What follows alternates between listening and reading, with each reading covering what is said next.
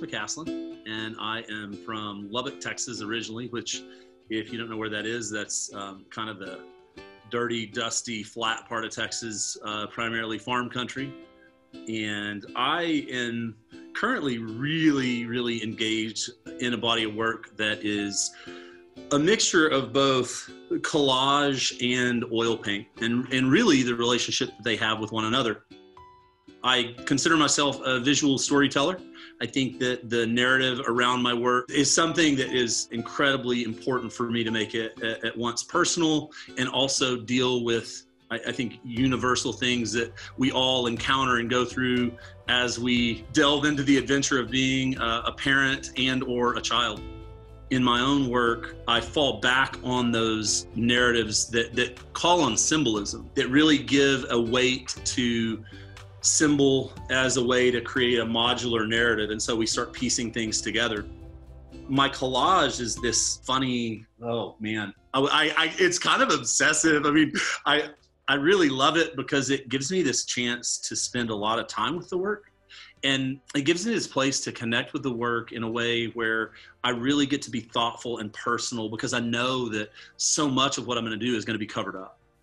And so as I collect collage materials, I'm collecting materials that, in my mind, tell a story that fits back onto some of my own life experiences.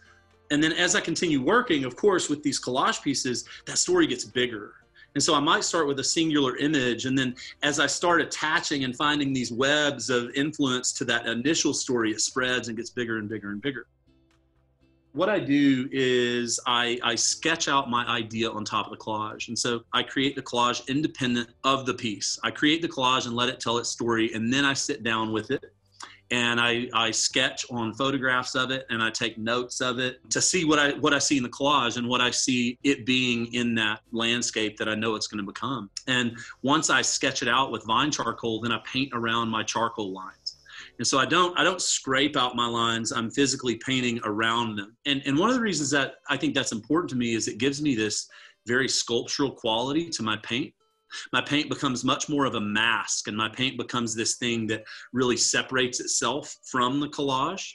And so I need something pretty strong, because the collage is absolute chaos. And I say that in a good way. I love that it's, in my mind, it's compositionally pleasing, but it's also very OCD, and it's intense. And so the paint offers me a way to give it breath, really, because visually, if I just left it as the collage, and some pieces are really hard to paint over because I love the collage, but it gives it breath, and it gives you time to actually pay attention to the pieces that are there.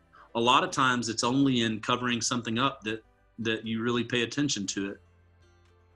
I'm really interested in this idea of all the things that we do almost to distract ourselves from the greatness that's in front of us. I mean, whether it's, Texas in the afternoon, it's 102, or you are lucky enough to be in the mountains and sitting, above everything and taking some fresh air, there's mad glory and beauty all around.